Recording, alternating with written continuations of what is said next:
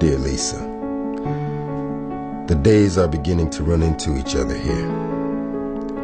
It all feels like one long nightmare I can't seem to wake up from. The only thing that keeps me breathing is my love for you and our children. I told you, man, you always been hard-headed, man. I told you to chill and not go running into that woman's house, busting up there like you still have a right to be there. You don't, motherfucker. You gotta earn that right. Benjamin came to see me. Are you serious, Lynn? You're defending him. I'm not. We family. And I'm not gonna let that nigga come up here hurting you. You thought your degrees mattered. You thought that because your father was a successful attorney that mattered. You didn't have the goddamn sense to know you were playing with fire. If anything happened to you... There's nothing gonna happen to you. You ain't hard, Abe. Yeah, that's right. I said it. You ain't hard.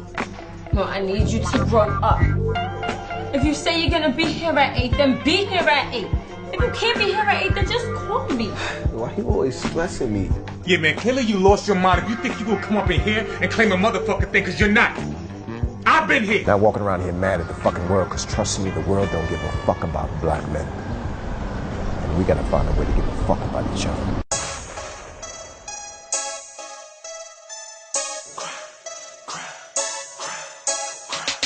Man, he coming for me, so I'm out in the streets at 3 in the morning. No sleep, no break, time to get it, no time to play. My daughters need some new shoes, trying to get them in this good school. No handouts, I'm a man now. How about that girl of yours? Hey, whoa. You know I'm Muhammad Ali, baby. You know I'm Mayweather. Grind, I'm on my grind, I'm on my grind, I'm on my grind, I'm on my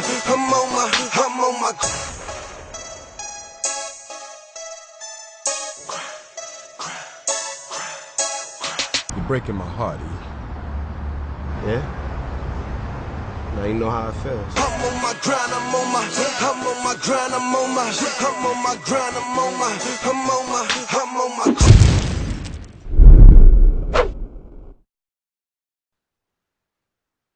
NABJ Digital, and I'm Stacey Powell, your co-chair of NABJ Digital Journalism Task Force.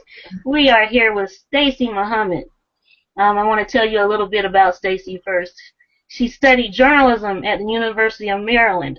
She's from New Orleans, but currently lives in New York. She has written, directed, and produced both narratives and documentaries, including I Am Sean Bell, Black Boys Speak, which was an official selection into the HBO Media That Matters Film Festival, where it received the Speak Out Award. Her documentary, Out of Our Right Minds, Trauma, Depression, and Black Women, was released in 2010. And her latest project, Redemption for Colored Boys, is a web series that focuses on the prison industrial complex and re-entry of black men into our communities. It stars Julito McCullum from The Wire, Rob Morgan from Pariah, and Tim Reed from WKRP in Cincinnati. It is executive produced by Isaiah Washington from Grey's Anatomy fame and Mark Lamont Hill. Well, I guess he's sort of into everything these days. He's a political commentator, a professor, TV personality. You can watch new episodes of For Colored Boys every Sunday on YouTube. Welcome, Stacey, and thank you for joining NABJ Digital. Thank you for having me. I really appreciate it. Well, just to lay out the ground rules a little bit, I'm going to start by asking some questions. But because it's a Google Hangout, I also want to open it up to people to ask questions as well. We ask that while you're listening to please put your microphones on mute so we won't get any background noise. But when you want to ask a question, you can take it off mute and jump in at any time.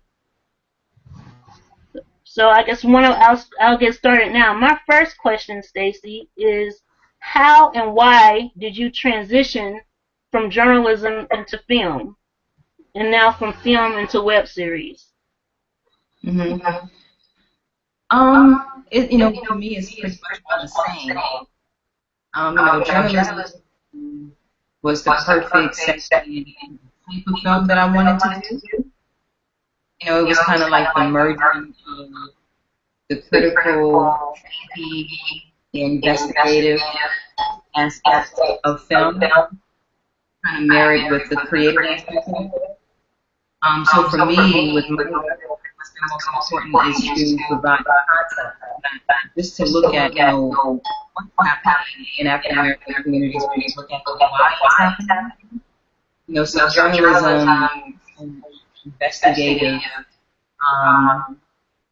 that type of inquiry into why is really informed my work. It's really allowed me to have that context of my work, which is really important when you're looking at and series that are social. Stacey, we are getting an echo. I'm not sure if it's because you're not talking closely enough to the microphone, but I just got a message that we're getting an echo. Can you hear me better now? Is there echo? I can hear you better now. Okay, so you. Okay. Okay, so you transition from journalism into web series. Is there a difference in how you tell stories for the web versus for film, television, newspapers, or magazines?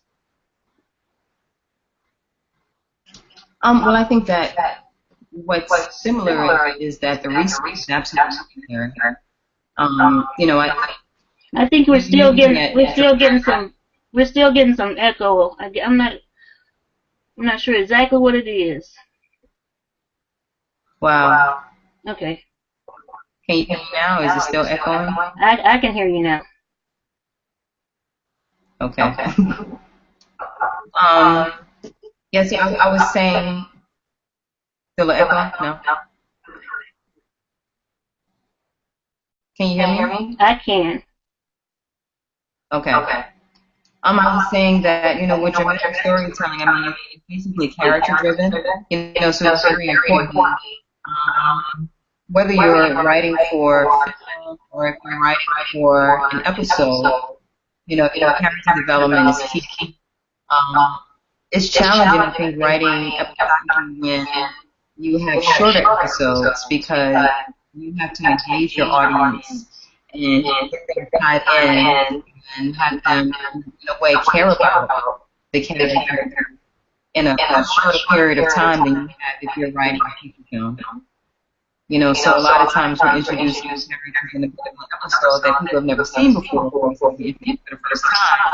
And there's a tremendous amount of drama happening in their lives at that particular time. So it takes, quite a bit of study, to learn how to write and develop the characters in such a way that it's not fast, that it is quick enough that it satisfies being episodic.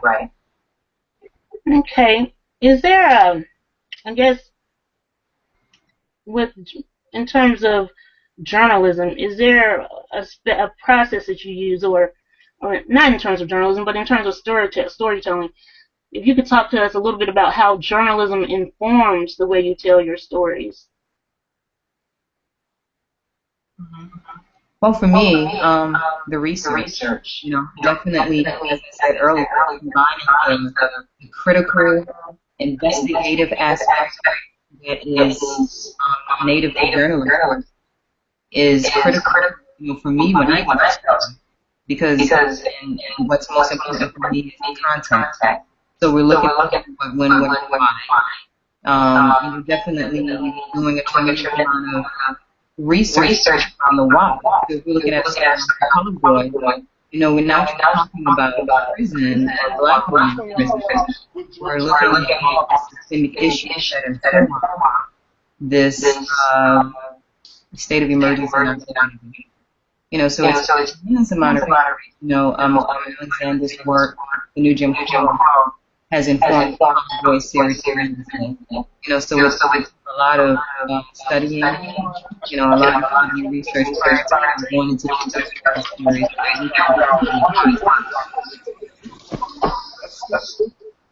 Okay. They're asking if you have headphones to put on. Yeah, I think I should.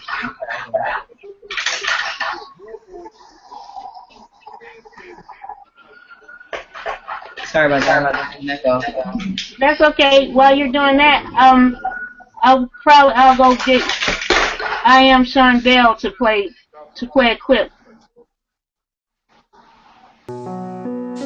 Tonight, there is anger here in New York City over 5 police officers firing 50 rounds into a car last weekend, killing 1 man, wounding 2 others. The victims were black and unarmed. I'm already scared in New York because of all this crime on the streets, but now there's cops killing us. That means our heroes are the murderers. They're like the bad guys now.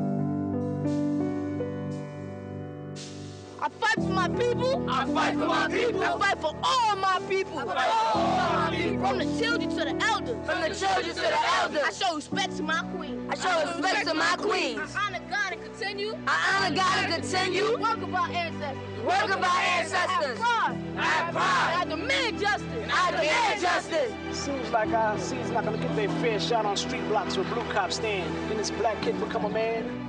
When I first heard about the Sean Bell incident, to be honest, I thought it was just another crime. It was just like another murder in New York.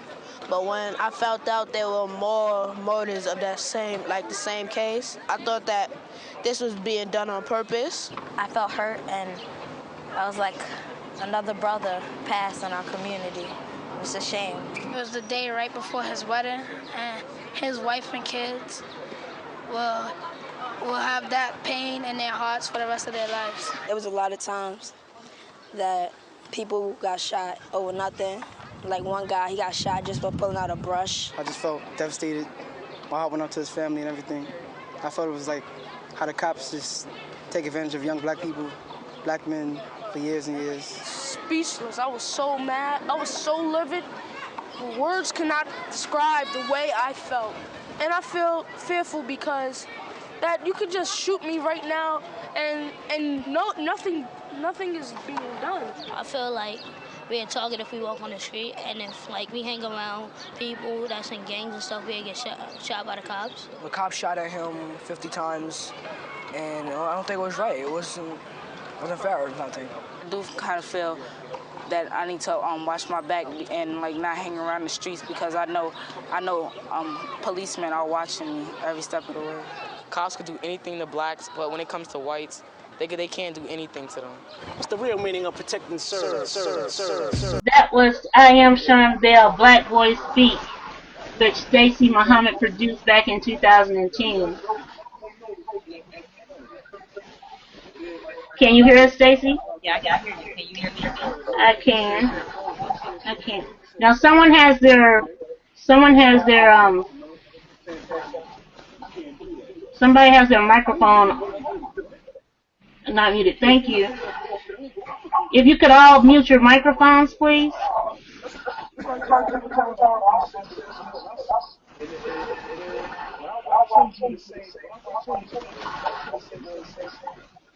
Let's see. I can mute microphones. Okay, that's better, I think. You were talking about how journalism informs your storytelling.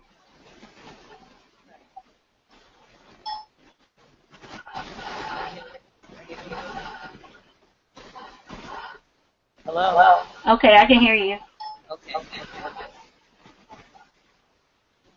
Okay, yeah, I'll say it again. For me, with the type of work that I do, with the four times, so in order to provide content, not just what, but why. Are you able to hear me?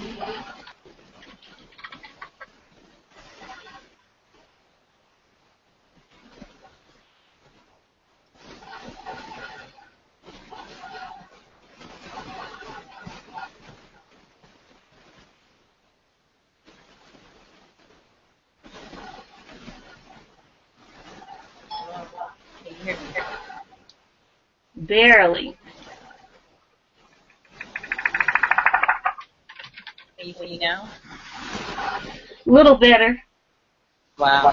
Okay, it's a little better. So as I was saying, for me, what's most important for is context.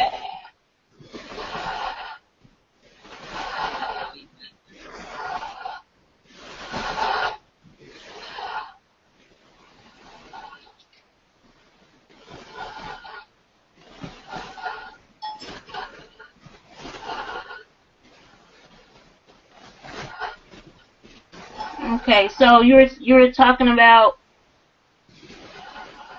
context. Right.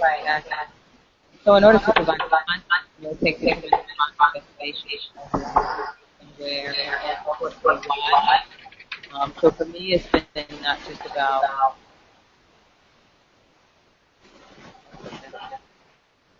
You want me to take the hit out? Right.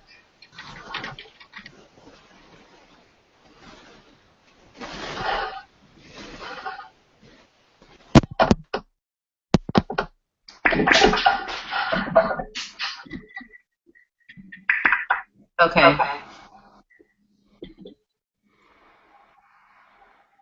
Are you able to hear me now? Oh, definitely. That's much better. Okay. So for me, it's okay. So for me, it's been, not just what, but why. So if we look at this voice, it's about this man that's coming home from prison to reunite with the family. It's also about incarceration and prison crisis.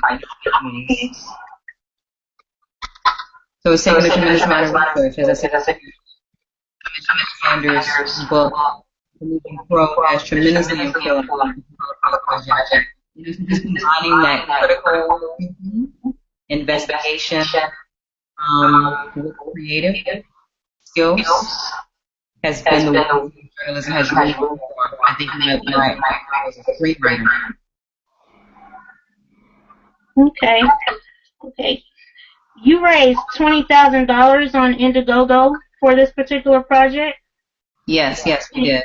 Can you talk about how the process of using Indiegogo to raise money and what maybe some of the challenges were to that and how you overcame them? It was a tremendous challenge. It was really hard. I was under the impression that because I have a large Facebook following and because of the people who were attached to the project, this was prior to Isaiah and Mark coming on board. But even people that we had initially, who still are attached with the Twitter and Facebook following, it would be really easy to raise that money, but it wasn't. So it's like a campaign, campaigning, all the people can help with your raising funds for the project. But one thing I did do that I didn't anticipate was that created a tremendous amount of press attention around it. So the word really got out about the public was because it's the Indiegogo campaign. And we were able to do even more than 20 and we shot for 8 days and releasing our songs with the money from Indiegogo. So what I hear you saying is that just by starting an Indiegogo campaign does not mean you're going to get money for your project.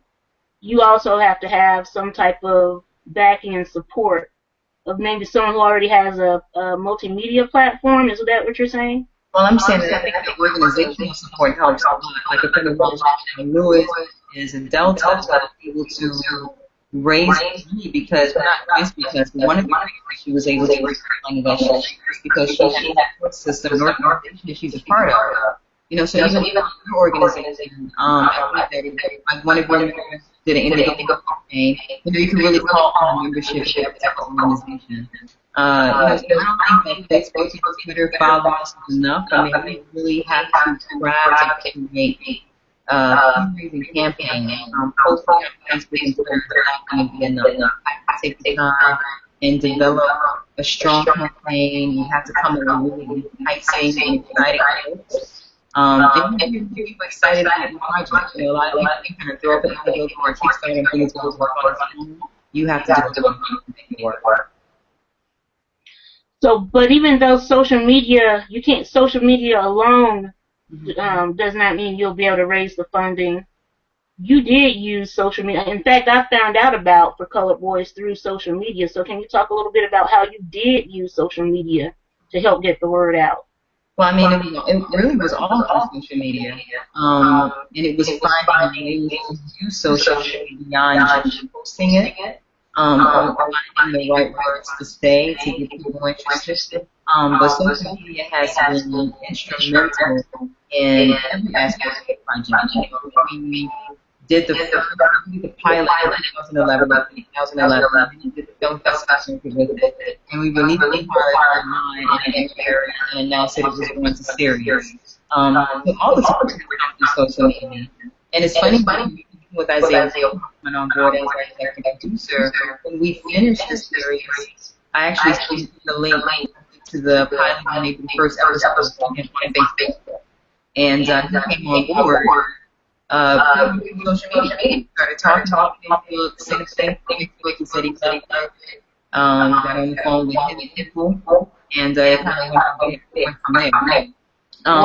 Mark, he did a Twitter chat for us when he was with the Indiegogo campaign, and really created a lot of attention around social media and absolutely instrumental in getting the project and produced.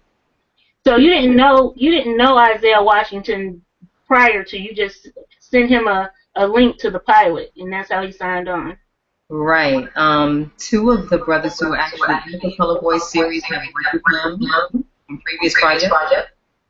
So they knew him. So I was able to say, check out Info Color Boys. But yeah, I never. We actually just met for the first time 2 weeks ago in person. An amount of time just talking about the project wanted to go with it. But yeah, it all happened. Interesting. So I do hear you a little bit better now. I don't know if you can get closer, as close to the mic as possible, but I do hear you better now. Okay, great. So why did you focus on the prison industrial complex? Why that? I'm sure there were certainly less complicated subjects to tackle. Yeah, I think that the prison industrial complex is what is most emergent in our community. I mean, it is really what's in our community at this time. We're really suffering from this war on drugs. We're very suffering from the effects of the way we destroying. So when I started The Boys, it was a documentary series, and I was looking at some areas that I believe were areas that Black men were targeted and criminalized. And when I decided to start crafting narrative stories for these documentary stories, prison industrial complex was on my list in terms of what we needed to start talking about. And not just the prison, mass incarceration, but also reentry. And the fact that there are families and communities of people who are, in a sense, doing behind the person that is. So it was important to look at children who are children of incarcerated parents. And what is it like when we brothers and sisters who come home and try to, get back at many challenges.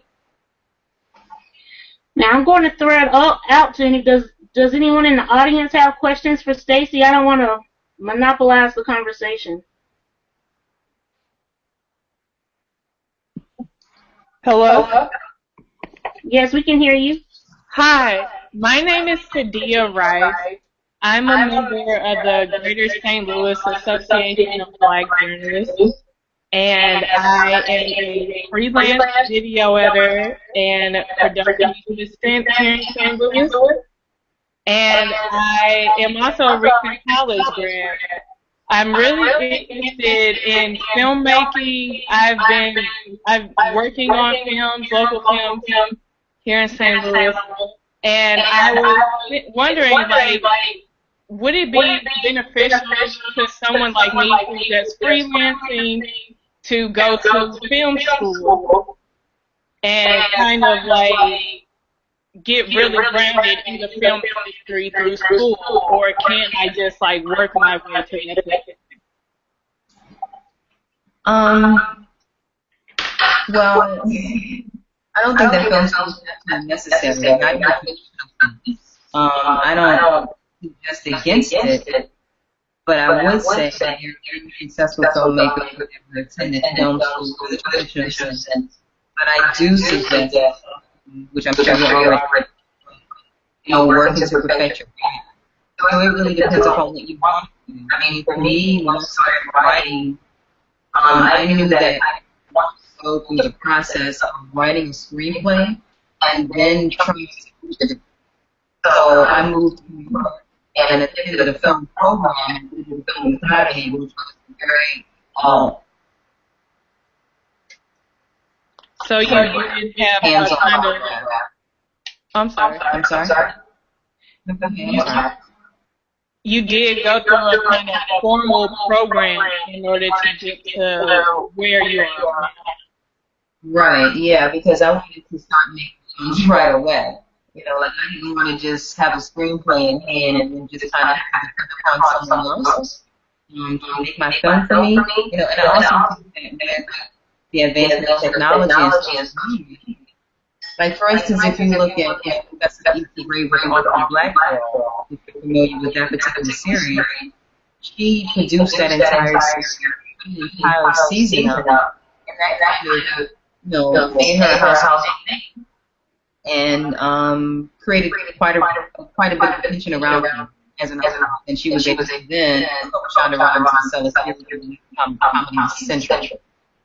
So I think that, things have changed in such a way that networks and studios kind of want to come to the finished product. Even if they end up funding something else, they want to see what we can actually write, direct, and produce, and put out. So my suggestion is, to do the type of training. You may not fit through film theory. It may be something that's very on by the Film Academy, Film Academy. But I would say something good about actually making the film, creating the content that you create. Right. I'm sorry, I'm getting a lot of echoing, so I can only hear bits and pieces of that. Is there some kind of email or some kind of form that you have that maybe you can write to each other? Yeah. I'll tell you that.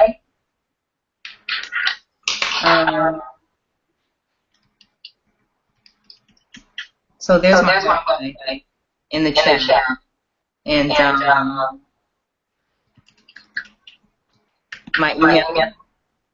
So please feel free to email me, and we can talk from there. Okay, thank you so much, Ms. Muhammad. Absolutely. That's cool. I think we apologize for the sound. One of the things I don't, Stacey, are you using wireless or do you have a hard line? I'm wireless. That's why. Because you're using wireless. That's why. So yeah, I had to get an Ethernet cord and stick it in my laptop for the very same reason. Oh wow. Yeah. So next time we'll know. But I think this is some really good information. So I hope that people can get the gist of it. One of the reasons journalists get into this business is because they want to make a difference. They want to have an impact, make an impact. Mm-hmm. And I read some of your quotes, and you said that I don't want to misquote you, so let me find the exact words. You said that you use storytelling to heal humanity. There's not a separation for art, culture, and activism. It all kind of plays together. I hope that you would explain that a little bit and what you mean by that. Mm-hmm. Well, I mean, there are all different types of artists and filmmakers and people who tell stories for various and assorted reasons. But I think, can you hear me? Can you hear me? Okay, okay. So for me, one of the things that have been most important or most impactful as a filmmaker was being blessed, really, to study with Professor Halle Jarima, who did the film Sankofa and many other very culturally relevant and necessary films. And I think that studying with him, I really learned that I could be a filmmaker, but also the type of filmmaker that I wanted to be. So for me, when I look at systemic oppression, when I look at all the things that are really affecting our community, it's really important for me to tell stories that kind of center around those particular issues. I think that art heals. It could. It should. And I think that was really the intention for it. And so, yeah, that's why I do the work that I do.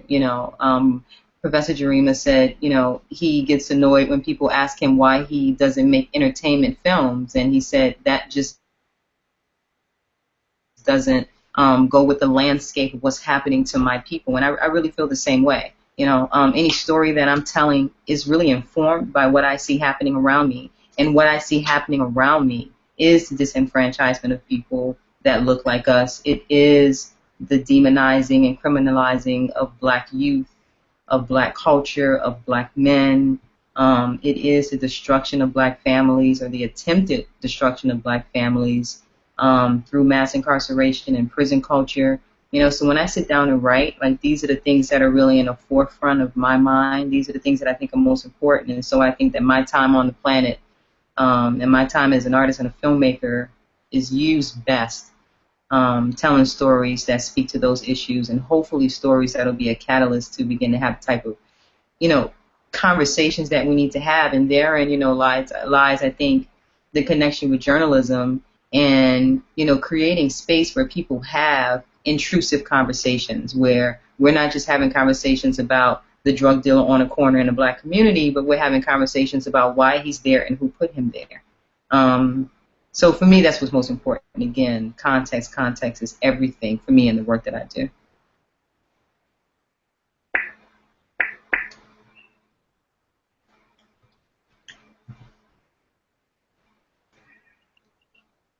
Okay, does anybody else have other questions? That works much, much better when I turn off my mic. They were right. Any other questions from others?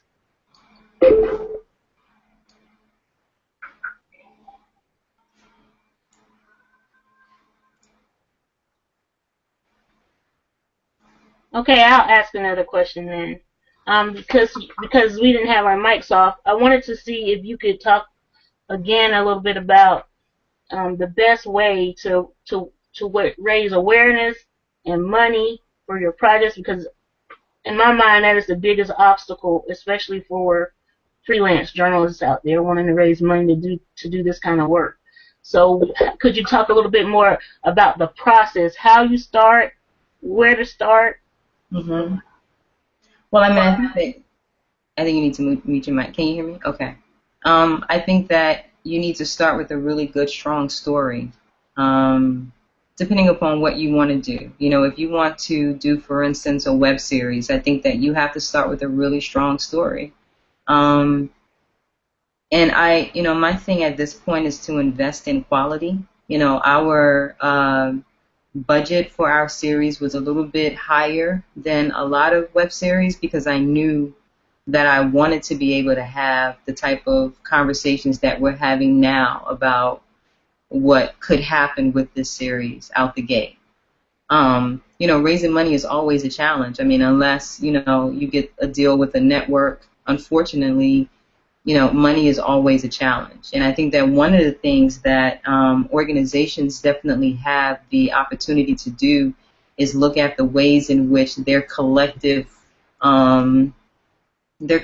power, financially and otherwise, could create the type of, for instance, distribution opportunities for journalists, filmmakers, storytellers, content creators that we desperately need. Because a lot of times, once we even get the content created, a lot of times we're giving away our content for free on like a YouTube or a Vimeo.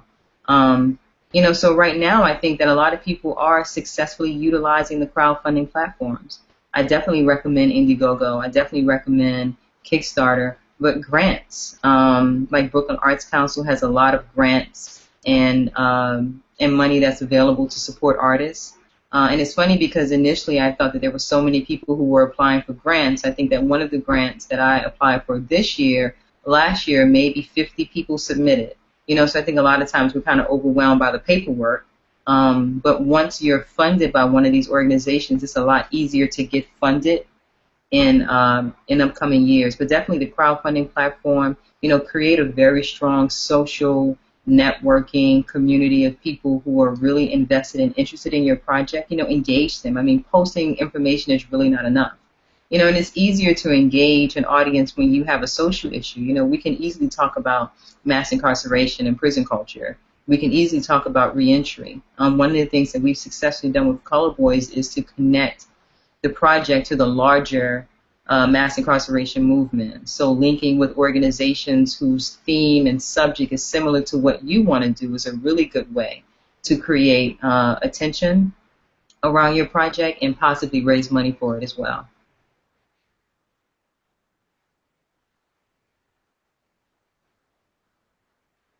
I can't hear you. I can't hear you. I think this is okay. Can you talk a little bit about specific resources? You just mentioned a grant that you applied for. Can you talk a little bit more about what specific grants are out there to produce this type of work? Mm-hmm. Well, I think that every city should have a public access channel, and that definitely is a great resource to kind of get more information on the types of grants that are available. So like with New York, in Brooklyn we have BCAT, we have Brooklyn Arts Council. I know in Washington, D.C., there are a number of, like the National Endowment of the Arts has a number of different grants and money that's available, particularly for media. So it's a lot of places out here that give, even if it's small amounts of money, if it's $1,500, if it's $20,000. I mean, it all helps, with these types of projects. And a lot of times it takes doing the first project or two while applying for the grants, to kind of get yourself out there and then get the money that you need. The other thing that I would suggest is definitely, definitely getting your project on the film festival circuit. I know there are a lot of filmmakers that don't necessarily want to do that, but I think that it's beneficial. I mean, it helps to create a tremendous amount of attention and buzz around your project, one. Two, if you're lucky enough to get into a festival like a Sundance or a Toronto, then you're looking at the possibility of actually having your project funded, picked up, purchased. You definitely get to interact with other filmmakers and network with other filmmakers and other content creators. Like now with web series, all series on YouTube are eligible for Emmy nominations, which is, unheard of. Most of the film festivals, even the prestigious film festivals, have web series categories, and usually, a lot of times, there are cash prizes for those particular festivals and categories. So just do the research. I mean, that's what journalists do. You know what I'm saying? Like, really, really do the research and see what's out there in terms of funding. But I would say don't be afraid of the paperwork. It's definitely overwhelming sometimes. But again, I think that we think that a lot of people are applying for these grants, and oftentimes it's not nearly as many people applying for the grants that we may think. Okay. I'm going to toss it out there to anybody who wants to ask a question right now. Don't be shy. Okay. Well, let me ask, how much does it cost to produce a web series like for Colored Boys? How much money did it cost you to produce that series? And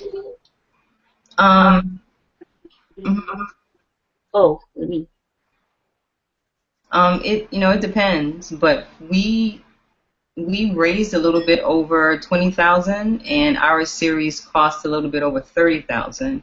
And as I said initially, we had somewhat of a higher production budget because of the type of cameras that we use. We shot on a camera called the Red Epic. So I wanted to make sure, as I said earlier, that out the go we were network ready, or as close to network ready as I could afford for us to be.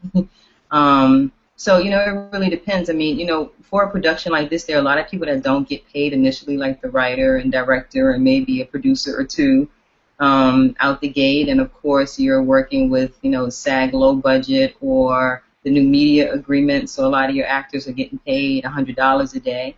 And you're talking about people who may be accustomed to being paid a lot more than that. So they really have to care about the project and really want to be a part of the project. Like, say, Huludo McCollum from The Wire or Jacinto Torres Riddick from Law and Order, of course they're accustomed to making a lot more money than $100 a day, but they really cared about the project and wanted to be a part of it. So yeah, it just really depends. I mean, it's definitely important to have a good line producer on board. And again, when people ask me about, say, for instance, Tim Reed coming on board, I always say, just ask for what you want again, social media. He actually reached out to me. He actually reached out to me on Facebook and asked me to come to his institute and speak to his students about another film that I did, and I asked him to be in For Color Boys, and he said okay. So again, the power of social media and using Facebook to kind of pull together, this particular series. But yeah, I mean, especially in a place like New York, it's really easy in a sense to kind of pull together the type of crew that you need. Really skilled people who won't really go too deeply into your pockets to get something made. So yeah, we spent a little over $30,000, and we're still spending money. I mean, we're in post-production right now, and the series comes out every Sunday. And to the question that I was asked earlier about going to film school, thank God I can edit because we ran out of money and weren't able to pay an editor, so now I'm editing. So I think it's definitely important to have, to have the skills that's needed, to multitask, because in this particular industry, when you don't have a lot of money, you definitely need to know how to wear various and assorted hats well. So what I just heard you say is that it's not just about how much money you're able to raise, but the relationship building is just as important. So just relationship building and networking. Yeah, I mean, I see the question here. Did it cost to shoot the project 10, 20, or 30,000? For the For Color Boys project, we spent a little over 30,000. So it depends. I mean, the budget depends upon what it is you want to do. It depends upon the script. It depends upon the location. It depends upon the equipment you're using. Like I said, we shot on a Red Cam, and we shot our entire series at once. We shot for 8 days. We shot for 5 days, took a break for a day, and shot 3 more days.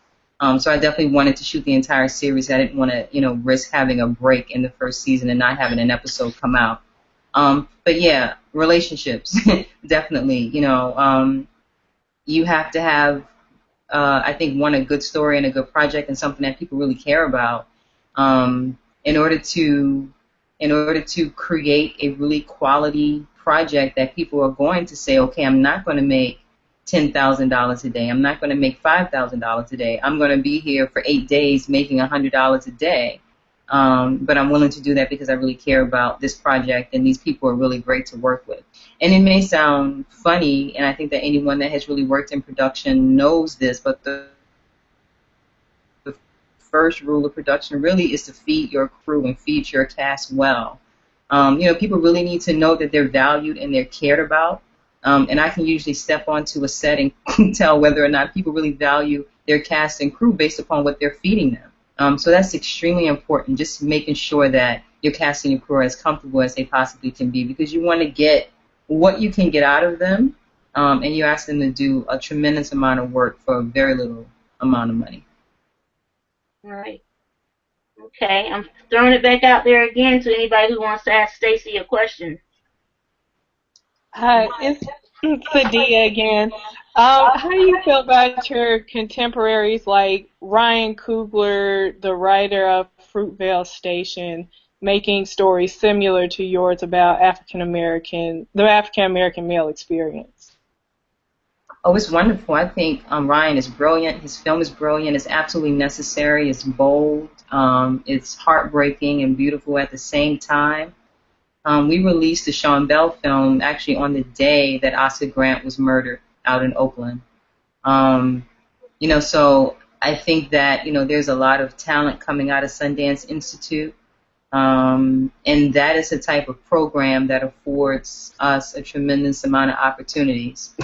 So I think that Ryan is going to do a lot of really good work, and hopefully, all of the work will be of consequence, work that really matters. And I really believe it will. So I'm like, we need as many of these stories as we can possibly get. It's unfortunate that we have to tell these stories where we have to seek to humanize people who are being dehumanized. But that's just kind of like the reality of where we are and what we're dealing with and our challenge as artists. So I love Fruitvale. It was heartbreaking. It was a beautiful film, and I wish him all the best. I'm really excited about his success. He's brilliant.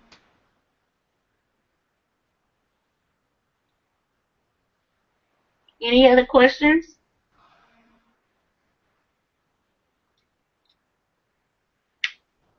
I see a question in the chat. Okay. The question is from Caleb Wilkerson. He's our Vice President of Outreach. If you were to advise an up-and-coming filmmaker on one or two film festivals that they should definitely attend, which ones would you say are the best to start at? Silver Documentary, I'm not sure all these, Silver Docs, ABFF, Sundance, Tribeca. Well, if you're lucky enough to get into Sundance or Tribeca or Toronto, Cannes, Silver Docs, then by all means go. Because it'll be really good for you, really good for your project, and really good for your future as a filmmaker. ABFF is a good festival as well. You know, it's really good for networking. It's really good for networking. Urban World is happening right now in New York. There are festivals that I wouldn't suggest that I won't really want to say publicly, but I would say do your research. You know, talk to filmmakers that have actually been on the festival circuit, and ask them about festivals in particular. And if you're not familiar with the website, you probably are. Withoutabox.com is the one hub for film festival information and submission. So you can create your project on Without a Box, and you can submit it. And you can submit it to festivals, multiple festivals. There are festivals that have no entry fees, some that have very low entry fees, and there are some that have higher entry fees. And those are generally the ones that are a little bit more prestigious, and the ones where, like, say, for instance, for Fruitvale, Weinstein Company purchased Fruitvale at Sundance. And then also Slam Dance happens at the same time every year that Sundance happens, and I think that is, you know, maybe not as prestigious as Sundance, but definitely a festival that you want to attend if you have the opportunity to attend. So yeah, definitely all the ones you listed. And I think on Without a Box, there's also a list of festivals. It says something like the festivals you get the most bang out of your buck. And they have a list of the festivals that are really, really good to filmmakers. And also, Media That Matters is a festival that's based here in New York that is sponsored by HBO. It's where the I Am Sean Bell film screened and did a one-year tour with the HBO festival. And Media That Matters is incredible. I mean, we had a beautiful award ceremony at HBO. They had cash prizes. I got a nice distribution deal for the I Am Sean Bell project through Media That Matters and HBO, so that's definitely one that I'd recommend as well.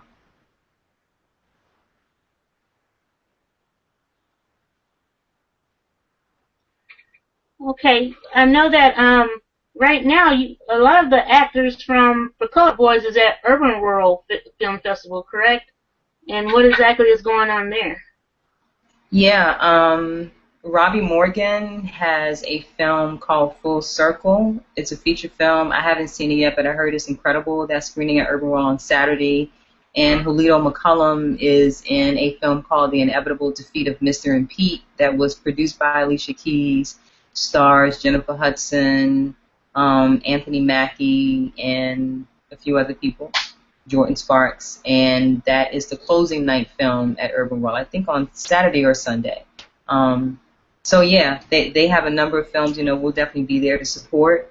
And I actually attended a digital panel yesterday at Urban World with executives from HBO who were just talking about digital content and how to get your content, I think, on HBO Go specifically, and how to land a distribution deal with HBO. They made it sound really easy. And it's far from it. You know, I hear these panelists all the time talk about all the different places you have to put your content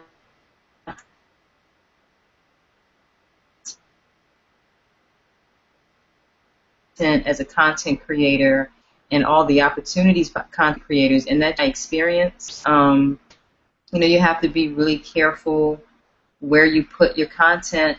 Even with YouTube, you know, now we're beginning to have conversations with networks about For Color Boys possibly being picked up, you know, so it's a lot of stuff that you have to read. Contracts are hell. I'm learning right now. So you just have to be really careful where you put your content, what you do with it, and really my advice. And I didn't know this initially. You know, we were really anxious to get a distribution deal. We thought, you know, getting a distributor for our content was the greatest thing we could possibly do. You know, be very careful who you sign with in terms of a distributor for your content. Having distributor-free content is not a bad thing. You know, if we had gone forward with the distribution deal we initially had, we would not have been able to really bring Isaiah Washington and Mark Lamont Hill on board. I would say go with strong executive producers first who have the connections to walk your project, and I do mean walk your project into an OWN or HBO or a Showtime before you're too anxious to sign with a distribution company for pennies on the dollar, if that.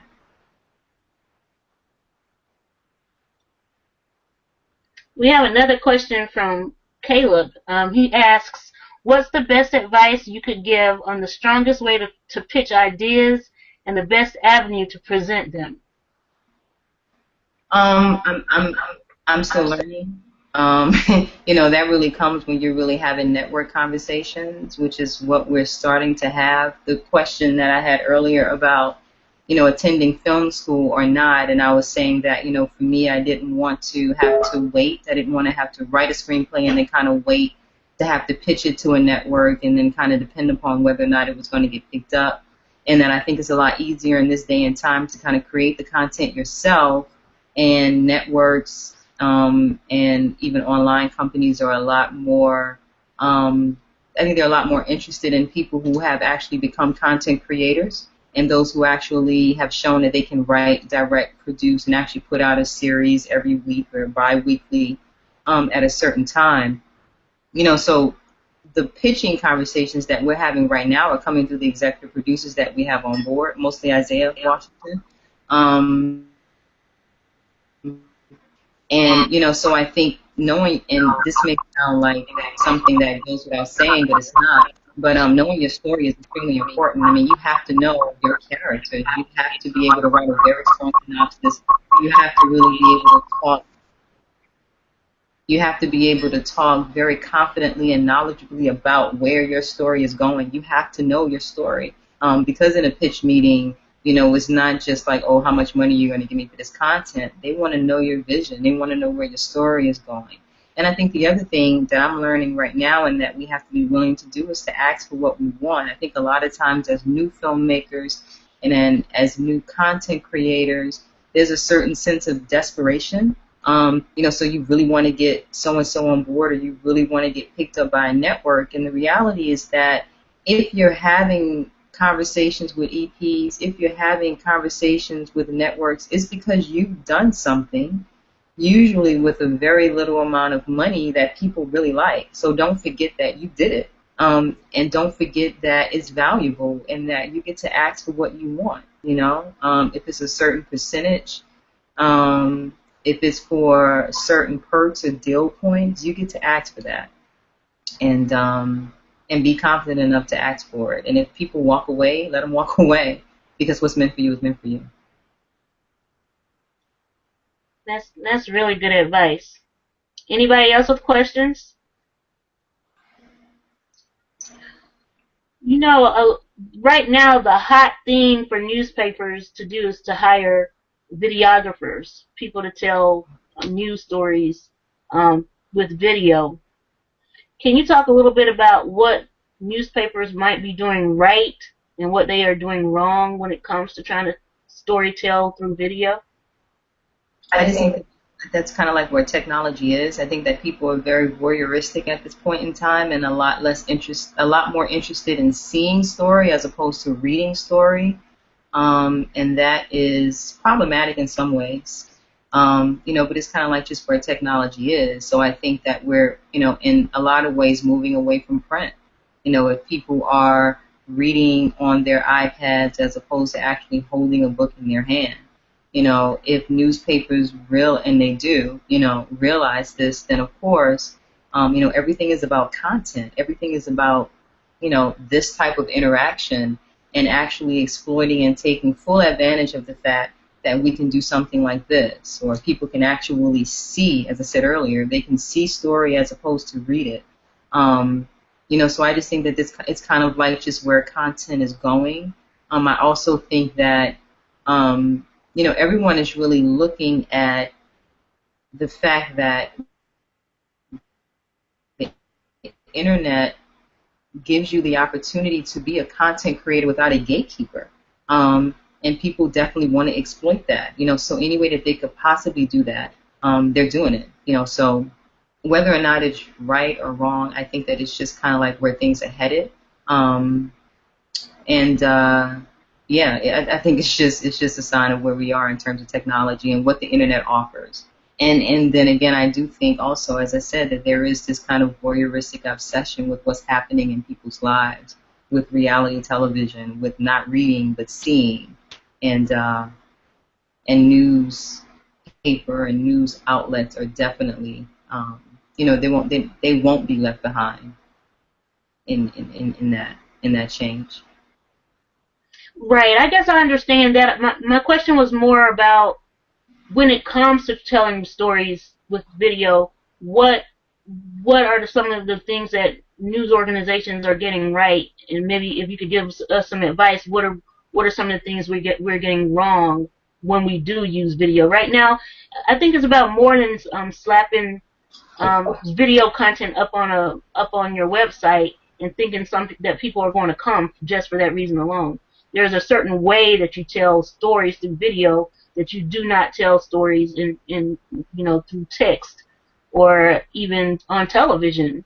So I wonder if you've looked at some of the video that is now appearing on news organizations' websites. I wondered if you could give advice about, again, how are we doing? Are we doing things right, or what are some of the things we're doing wrong? So you mean like news stories on like HuffPost and these type of organizations, these type of news outlets that use video to tell stories? Right. I think HuffPost is one example, but a lot of newspapers are using video more so now too. The Washington Post just hired a slew of people in their video department.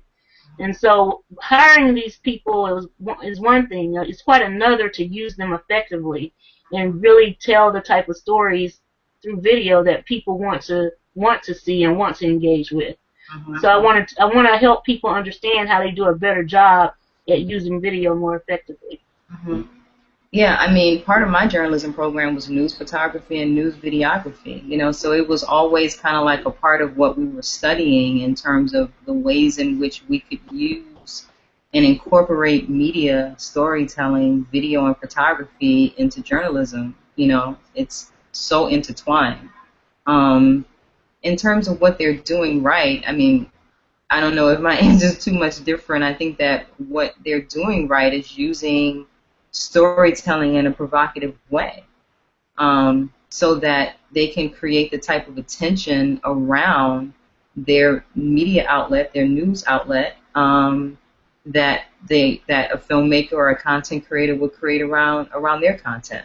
So I think that it really, it's kind of like all the same fundamental elements and rules in terms of character development, knowing your character, having character-driven storylines, creating drama, definitely looking at what's provocative. I think that, what's provocative is really what we're looking at when we look at a lot of the news outlets and the ways in which they use story. I can't think of what particular outlet it was recently, but it talked specifically about what you're asking me and the ways in which the times have changed. And the ways in which they're using video more so than they did ever before. But I think that it's pretty much the same elements and the same rules that apply to any storytelling. But I do think that with news outlets, there's always that element of being provocative and telling the story that people definitely want to see, kind of like that reality TV type of voyeuristic obsession with what's happening in people's lives.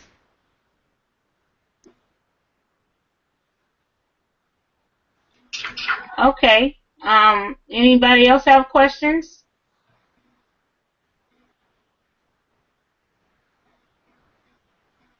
Well, it's 8 o'clock. That was an hour-long program. So unless anybody has questions, did you have anything else you wanted to mention, Stacey? No, I mean, of course, as always, thanks for the support. And people can watch Colored Boys every Sunday at 7.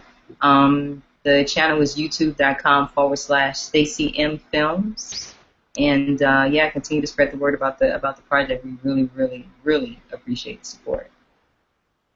Tell us how many. Oh, I know what I needed to ask you. Tell us how many episodes will be running, and how many. I forget how many. I think 4. We're on episode 4 on YouTube right now. Tell us a little bit more about that.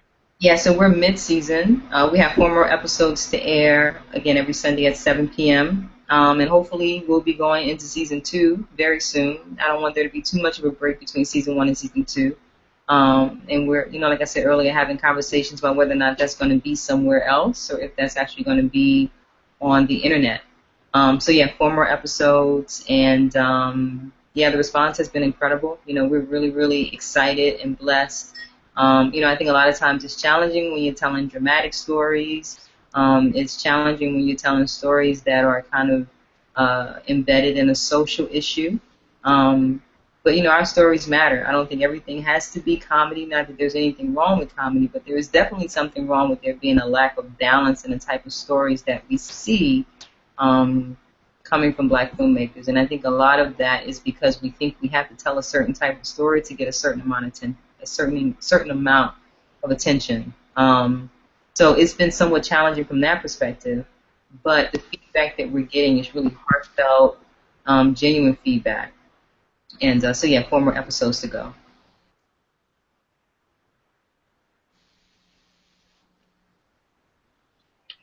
Fantastic.